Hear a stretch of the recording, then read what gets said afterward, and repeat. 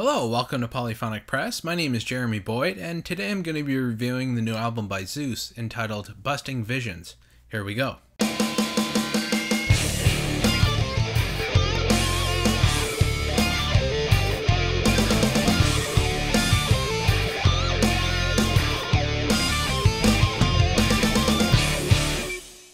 Zeus are a Canadian rock band hailing from Barrie, Ontario. They formed in 2009, and they split their time between backing up singer-songwriter Jason Collette, as well as working on their own. And this is their second album overall. And this album starts off with a song called Are You Gonna Waste My Time, which is a really great rock and roll song. It also happens to be the first single from the album, and it's a real throwback to 60s British rock. The one thing that comes to mind that I immediately think of when I hear this song is The Small Faces. This is a great rock song, but it's not a hard rock song. It's got an acoustic guitar mixed in with the electric guitar, and it's not really groundbreaking or, broadening any musical horizons, but it's just back to basics rock and roll. It's honest, and it's not hiding behind something. It's not trying to pretend to be something it's not. The song Strong Mind is a bit of a psychedelic departure from the first song on the album. Not necessarily with a whole bunch of effects and electronic noises or anything like that, but it's more psychedelic in terms of structure and spirit. This song is quite a bit different from Are You Gonna Waste My Time, which opens the album, and I think the reason it opens the album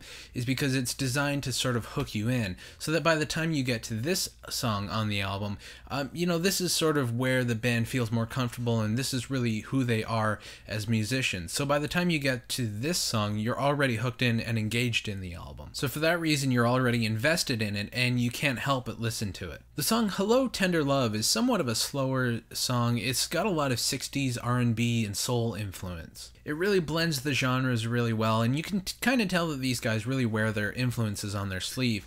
But their influences are really eclectic and really diverse. And this song really drives that point home, mixing in with like soul music from like Motown and stuff like that, while also being influenced by harder rock bands like the Yardbirds and the Small Faces. The song Proud and Beautiful is an interesting song to me because it explores that soulfulness a little further. It really takes you to some interesting places, adding in a little xylophone in there as well.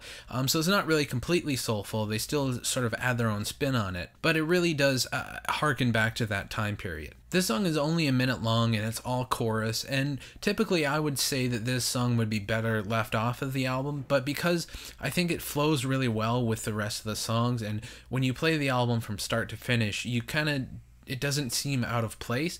It really does work well with the rest of the songs.